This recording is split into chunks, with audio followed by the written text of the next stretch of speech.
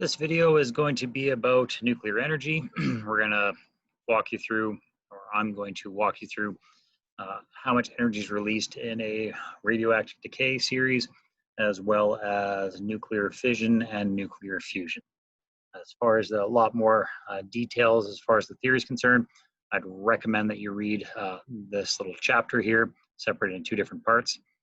Likewise, some other materials will be found on Friday, June 5th and Monday, June 8th.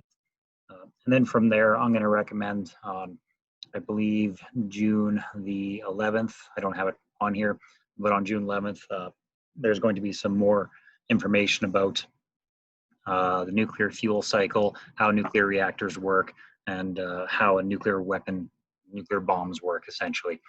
So that stuff I'll leave to you to read on your own. It's interesting reading. I'll post a few videos in the email about how that stuff works, but I do recommend that you go through that stuff. So without further ado, let's get busy. At the end of the 1800s, the very beginning of the 1900s, chemists kind of noticed a difference between the mass of atoms that were on elements in the periodic table. They found that there was a discrepancy with what they actually measured their atomic masses to be versus the mass of all the individual nucleons. So basically, I have 3 protons here. Let's just call it lithium, even though it's just supposed to represent anything in general. If you look at lithium, and in the case here, this will be lithium 1, 2, 3, 4, lithium 7. It has 3 protons and 4 neutrons. If you add up all their individual masses compared to lithium that you find on the periodic table, just a solid lithium, this mass is greater than what the lithium that we find on the periodic table. So all the individual parts weigh more than the actual whole, which of course doesn't make sense. Law of conservation of matter says, well, that shouldn't happen. We shouldn't lose matter. But it was until 1905, Einstein wrote his paper, and then over time, over the next couple of years, it gained traction. It helped explain where that missing mass went.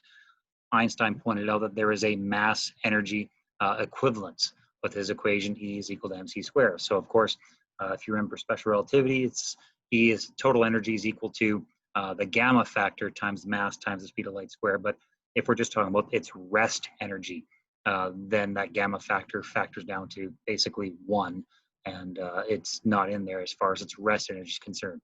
So in this case, we're talking about the mass discrepancy, the missing mass. So that would be considered to be at rest. And so that missing mass is known as the nuclear mass defect. So compare that with, multiply that by the speed of light square, and that would be called your binding energy keeping the nucleus of an atom together. Because again, if you remember from your electricity section, your Coulombic force dictates that these positive charges, these protons, want nothing to do with each other. There should be a force pushing them apart. So the strong nuclear force provided by the binding energy is keeping them all together inside the nucleus. So that's where that missing mass went. It got converted into pure energy to hold a nucleus together. So that is the energy that is released in radioactive decay and nuclear fission and nuclear fusion. So to find the actual binding energy, you can just take any atom. So I'm going to take uranium-235 as an example, because this is a very popular atom when it comes to anything nuclear related. It's the main fuel source for most nuclear reactors around the world, and it is the favorite uranium of choice when it comes to making nuclear weapons. That's a topic for later. So if you look up uranium-235, it has a mass of, well, you can read that. I'm not going to say it out loud. And if you look at all the individual protons and neutrons and consider their masses in kilograms or atomic mass unit, you can pick and choose whichever one you want. And you move forward.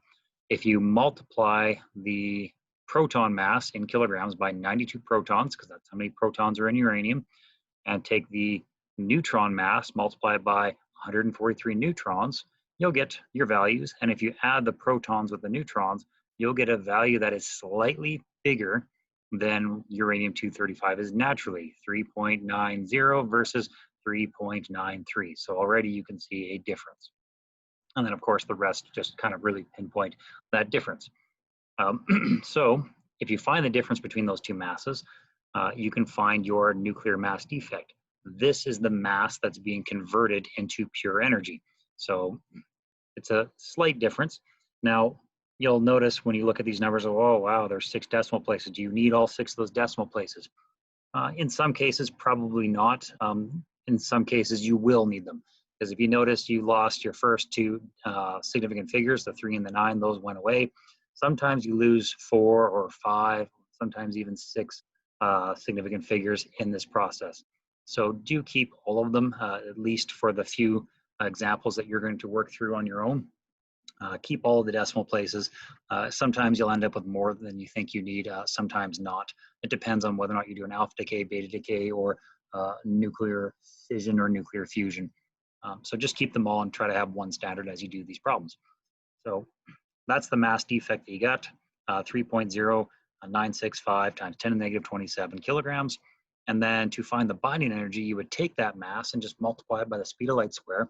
So speed of light square, of course, 3 times 10 to the 8 meters per second. If you square that, you end up with 9. I'll go over here, 9 times 10 to the 16 meters square per second square. So I rarely write down 3 times 10 to the 8. I just usually skip that and go 9 times 10 to the 16 meters square per second square if I'm doing it in my own notes. So if you multiply those two together, you end up with 2.779 basically times 10 to the negative 10 joules. Now that's a lot of energy to be released. Typically at the high school level, that's often good enough just to represent it in joules. It's hit and miss on, depending on where you go, whether or not you need to go further than this or just stop at joules. I'll go the next step and put it into electron volts. To convert into electron volts, again, this is just a benchmark for nuclear physicists, quantum mechanics, and chemists. They like the electron volts.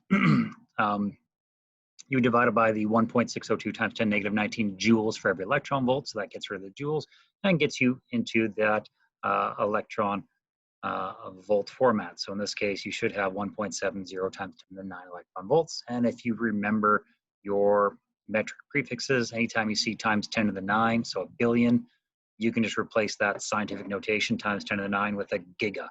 So this is often how you'd see it written as a giga electron volt. 1.74 giga electron volts is good enough as far as showing the binding energy, keeping the nucleus of the atom together of uranium-235. So if you're given a nuclear decay equation to find the mass defect, that would just be a matter of writing out the decay series and then take your parent mass, subtract your daughter masses plus whatever your ejected particle mass is. So you're going to have to be looking up a lot of masses. For that, inside your notes in Unit 5, you will find page 104. On page 104, you will see this isotopes chart. So selected isotopes. I believe most of the stuff is fairly current. I know for a fact Xenon 140 is the most recent one because I forgot to match the font formatting when I pasted it in there.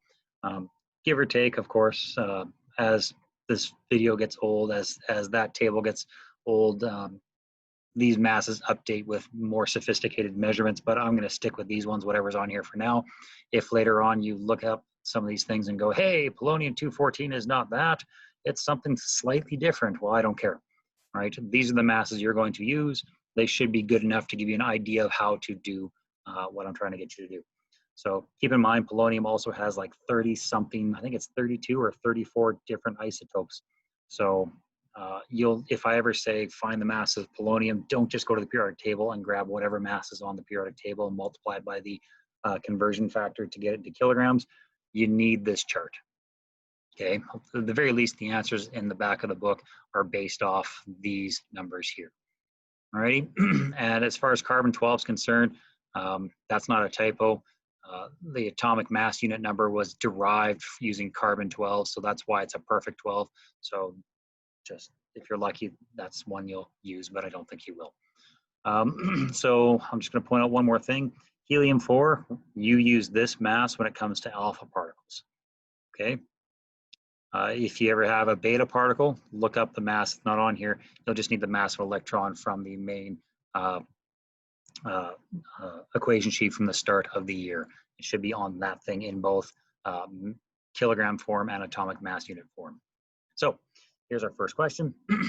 How much energy is released in the alpha decay of polonium-214? So first off, show the alpha decay. Polonium-214, we know it's going to be an alpha decay. It says so in the question. So at the very least, we know it's going to be an alpha particle.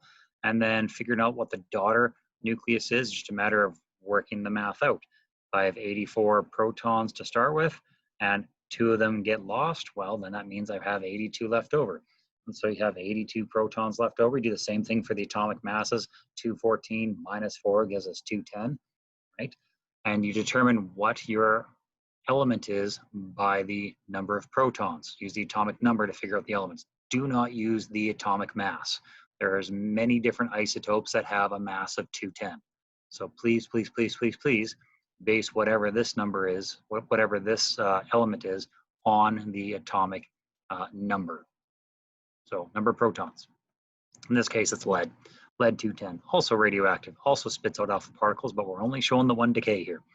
So moving forward, to find the nuclear mass defect, we take the mass of our parent nucleus, so polonium, and we subtract the mass of our daughter nuclei. So that would be our lead-210 and the decay mass. So that's our alpha particle in this case. It's a bit easier if you just remember everything that's on the left-hand side, then subtract everything that's on the right-hand side. And so that's good enough, a bit easier way to remember it, left minus right. Okay, so that's what it looks like when you put it in symbol form. Normally I skip the step and just punch in the numbers. And so again, the numbers come from this chart. Sometimes you might think you're reading lead-210, but you'll look at lead-210, but you'll write down the number for polonium-212 or polonium-208. It happens. So just try to be diligent. Sometimes I like to use a piece of paper and cover up everything except for whatever number I'm trying to write down. Because again, mistakes happen, and sometimes the mistakes are fairly simple, like just writing the wrong number down, or as you write a number down, you might call this number 213.959201, little things like that. Tend to drive you a little bonkers with trying to figure out why you get wrong answers by the time you're all said and done doing all this work. So be very diligent as you either write these on your piece of paper or punch them through a calculator, because there's lots of numbers involved, a lot of room to make mistakes. So these are the 2 numbers I'm taking, lead and polonium, and that's what I'm going to use for my alpha particle. I'll just zip through this because you don't need me to read these numbers out loud. So once you get to your mass defect, so that will be an atomic mass format, please put it into kilograms, multiply by the conversion factor. I'll leave it in purple, and so that'll give you the conversion in kilograms, 1.4 basically times 10 to the negative 29 kilograms. And from there, it's just a matter of calculating your energy using Einstein's mass energy equivalence. And that should give you an order of magnitude of 1.3 essentially times 10 to the negative 12 joules. So that seems like a very small amount of energy, but remember, this is for a single polonium-214. If you actually had a kilogram of this stuff, or even better yet, if you had a mole of this stuff, so that'd be 214 grams-ish of polonium. So if you would multiply this by Avogadro's number to represent 1 mole, you can pretty much see how that would be a large amount of energy. All right, so again, this is just per individual atom. So it seems like small until you remember to involve Avogadro's number. So convert it into electron volt format, because why not? You should be expected to know how to do both. And that should put you in the order of magnitude of 784,000 electron volts. I just kind of skipped to 3 sig figs at this point because I like the way this looks in 3 sig figs. Anyways, if you're in the 784,000 electron volts, you can just convert that into a 784 kilo electron volts. Okay, so that's how much energy is released when it comes to alpha decay. Alpha particles are not overly penetrating. They won't even go through your skin, but if you get alpha particles in your blood, you're basically dead. So that's where a lot of radioactive poisoning comes from, alpha decay inside your bloodstream. So that's pretty dangerous, but you can read the notes on that in on the class webpage. I won't do a beta decay series because it's pretty much the same thing as the alpha. You just use different numbers, obviously. So instead, I'll leapfrog into nuclear energy. So fusion and fission, said in opposite order. So nuclear fission is the process in which a large nucleus absorbs a slow-moving neutron, often called thermal neutron. So the nucleus of this large atom absorbs it and then becomes completely unstable and breaks apart into multiple nuclei, typically 2 nuclei and some stray neutrons with some extra energy released. So if we're talking about uranium-235, which is the nuclear fuel of choice for most nuclear reactors, you're typically going to end up with barium and krypton. Now, of course, there's a probability that it's going to be other products, but as far as we're concerned, for simplicity, you're mostly going to end up with barium and krypton and probably 3 neutrons. That's not always going to be the case because it depends on which specific barium, which specific krypton, whether or not xenon was produced, whether or not cesium was produced. So, but generally, you're going to have anywhere from 1 to 4 neutrons that are being emitted.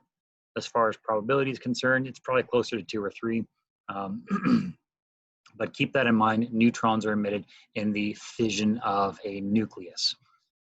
So again, fission, I'll say it one last time, involves absorbing a neutron and then the nucleus breaks apart into smaller nuclei. Fusion sounds similar to fission. In fact, once in a blue moon, I often say the wrong one just because my mouth is terrible. Fusion is the combining of 2 smaller nuclei or more, but the very minimum 2 smaller nuclei into a larger nuclei. So in this case, I have, and this is what's happening inside of our sun. You have 2 different isotopes of hydrogen. You have deuterium and tritium.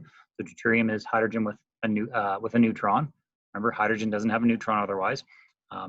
Deuterium has a neutron. Tritium has 2 neutrons, but it's still hydrogen. Now, they're slightly chemically different than hydrogen, and so that's why they get their own names for their isotopes rather than just saying hydrogen 2 and hydrogen 3. They get their own names. They're not on the periodic table, but they're special enough that they get their own names. So hooray for them. When they combine together, they're going to form either helium-3 or helium-4. This diagram shows helium-4. So this is basically an alpha particle, but for our purposes, we are going to call it helium. So the 2 protons that make up the 2 hydrogens produce the helium when they combine together.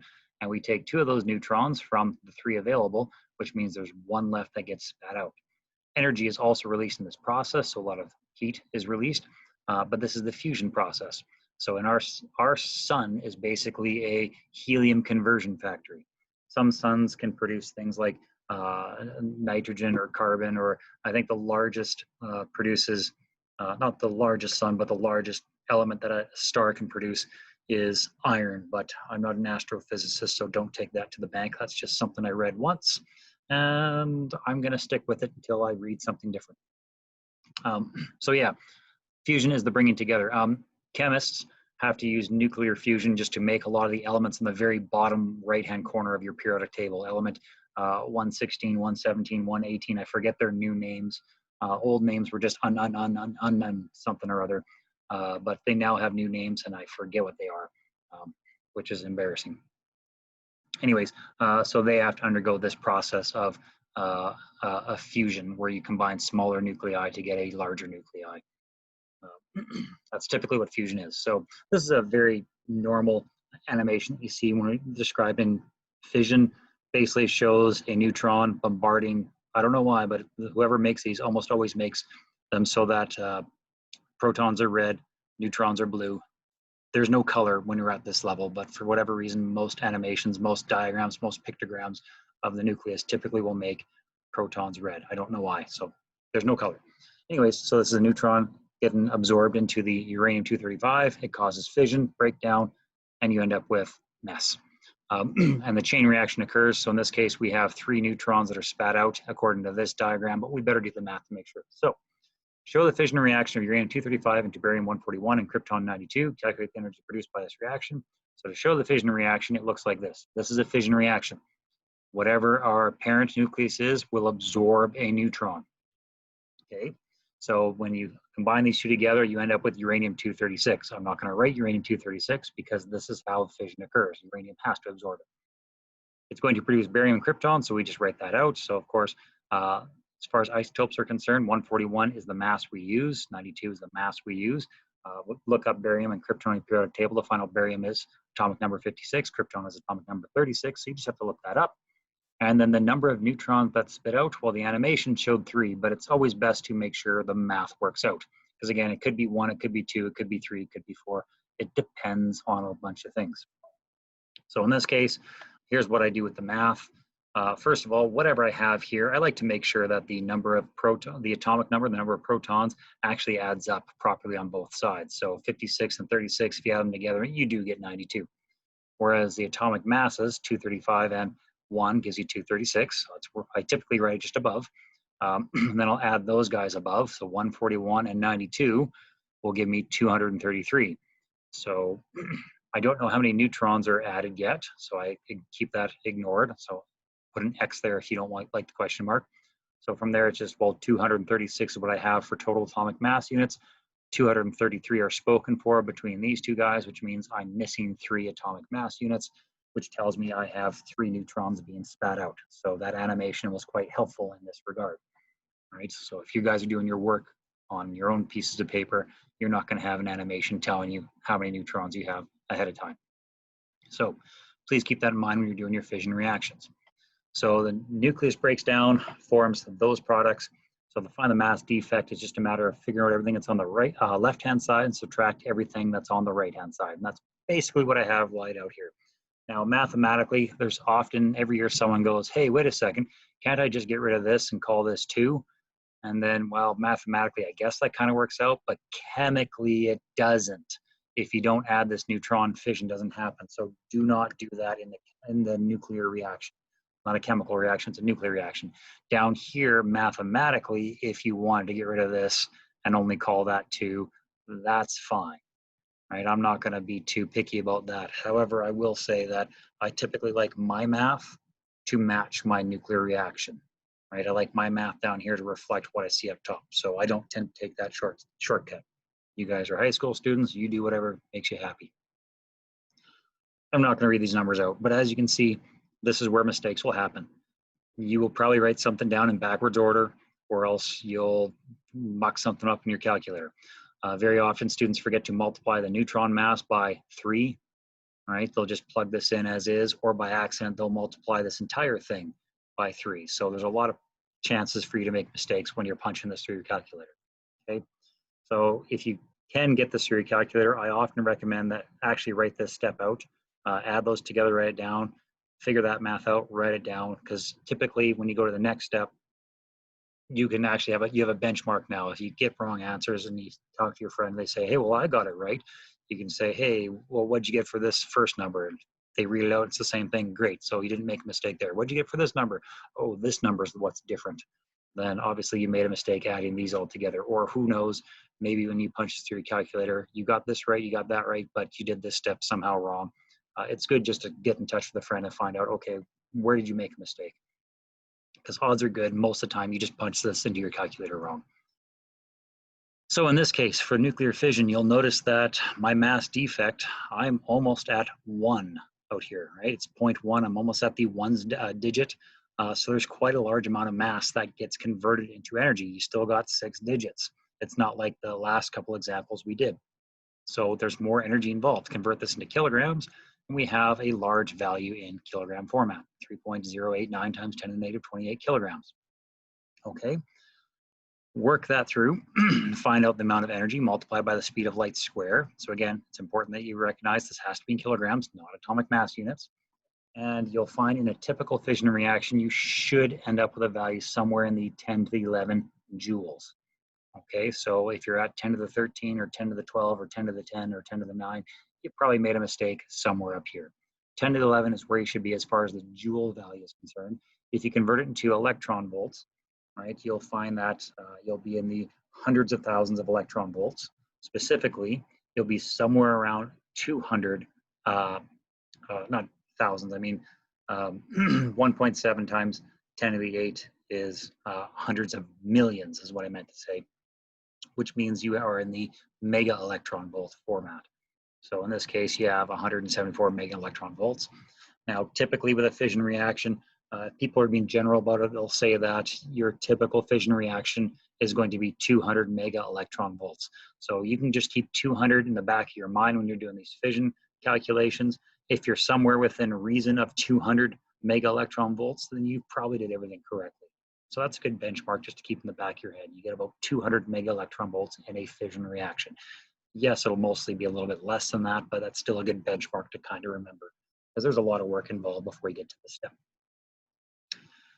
So that was fission. This will be fusion. Um, example of the math of fusion says that the sun releases energy which gives our planet life. So nice. That energy comes from the fusion of two hydrogen isotopes, deuterium and tritium, into helium-4. Show this fusion reaction and calculate the energy released. So this is what the fusion reaction says. So I've got deuterium and tritium. I combine them together, so I'd write them out as two different hydrogens.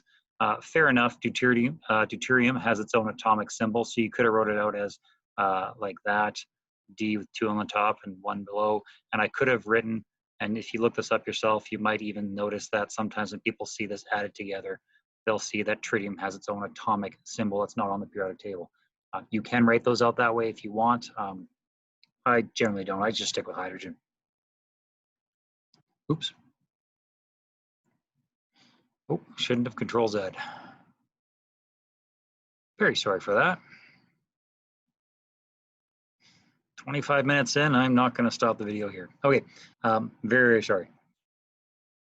It's going to produce helium-4, so I write down helium-4. It doesn't say in the question that we have a neutron, so we have to just infer that. All right, we can do that by going, all right, well, we have 2 atomic mass units, 3 atomic mass units, add them together, we get 5. When you hear that you have helium-4, that specifically tells you that 4 of those 5 atomic mass units are spoken for, which means we have 1 atomic mass unit left over, and so therefore you'll just have to infer that it is a neutron. If for whatever reason in a different, there's some fusion reactions where protons are emitted, sometimes beta particles are also emitted. If it gets into one of those more complex ones, you'll be told specifically what's happening. But if you're not told specifically, just assume it's a neutron. Okay, do the nuclear mass defect. It's no different than before. Left-hand side minus right-hand side. And I won't walk you through those numbers. Deuterium and tritium is on that chart on page, I believe I said 102. That's what they are there. Work your math through, you'll find that you'll actually get 0.01883 atomic mass units. Do the conversion into kilograms. I'm just going to zip through this quickly just to get to the end. Once you get your mass defect, multiply by the speed of light squared, and you'll get an order of magnitude of times 10 less. So again, with fission, we got 10 to the negative 11. With fusion, we end up with 10 to the negative 12. So that's a smaller number, and yet I'll state that more energy is available here, and I'll explain that in a minute or two. But we're in order of magnitude about 10 times less. When you convert that into electron volt format, you'll find that you'll have roughly 17.6 million electron volts, or 1.76 times 10 to the 7 electron volts. Either way, that's good enough for me. If you can get a mega electron volt format, life is good. So with the fission reaction, we got almost a similar number. We got 174 mega electron volts. Now we get 17.6 mega electron volts. All right, so on paper, it looks like there's less energy with fusion. But if we look at their energy densities and compare the two, fission, so when I say energy density, I'm referring to the amount of energy per atomic mass unit, not kilogram, atomic mass unit. If we actually look at the two, fission reactions typically give us somewhere around 150 to 200 mega electron volts. But just for simple math, I'm just going to call it about 200 mega electron volts. And if I take the typical 3 that are used for fission reactions are going to be some isotope of thorium, some isotope of uranium, and some isotope of plutonium. So if I just give a rough approximation and use the atomic mass unit from the fission example that we had, it's not too far off for the other 2 different types. 236 is about where we would be for atomic mass units. And now compare that to the fusion reaction of those 2 hydrogen isotopes. Right, we end up with somewhere a little less than 20 mega electron volts. Again, just a little bit of rounding there. 20 mega electron volts versus 200. Okay, so as far as energy is concerned, 200 is bigger than 20. But if you compare the mass that's involved in the fission process versus the mass involved in the fusion process, there is far more energy available in the fusion of smaller atoms than in the fission of larger atoms. And so this is the idea of why nuclear physicists are trying to make cold fusion reality, because there is more energy available per atomic mass unit. right? By a much larger factor than just by multiple of 4. This is actually somewhere around like 0.6 or 0.7 mega electron volts. And this is, I guess, closer to about 3.8 or something. I can't quite remember what it was. So either way, there's more energy involved here as far as our atomic mass unit is concerned. Plus, there's the abundance of deuterium and tritium found just naturally around Earth is far greater than the abundance of uranium, which is what we're typically using for fission. Thorium, there's lots of thorium involved, but that's not as common of a fuel, if you will, for fission. Plutonium is man-made, so you can't just go and find that naturally on Earth. So the only problem with fusion on Earth, when we try to do this in a lab, is it requires somewhere around 40 million degrees Celsius or 40 million Kelvin, because at that point, when you're in the millions of temperature measurements, Celsius and Kelvin are basically the same. And you have to get the temperatures up to somewhere around 40 million degrees Celsius just to break the Coulomb barrier. So that force equation that we did in our fields unit before you can get the 2 protons to go together in the same nucleus. So that requires a large amount of energy just to bring it up to that ability. So we haven't quite figured that out yet. When we do fusion in our labs, at the moment we use more energy than we output. Requires more input energy than output due to, well, second law of thermodynamics. There's always going to be some kind of lost energy. So we're still working on that. Cold fusion would just bring the temperatures down, be able to do fusion, but at temperatures somewhere around the hundreds of thousands of degrees Celsius. So that's still pretty hot, but it's cold in comparison to the millions of degrees Celsius. So I can see I broke the 30-minute mark. Sorry about that. I'm going to stop the video here because everything else you can just pretty much read about, or if you have other questions about how nuclear weapons work or how a nuclear power station works, you can send me an email and I'll walk you through that as best as I can. But otherwise, stick with the reading materials I posted online and some of the videos I'm going to put either down below in the description or in the email that I'm sending to you, which I'll do right away. All right, well, thanks for watching if you made it this far.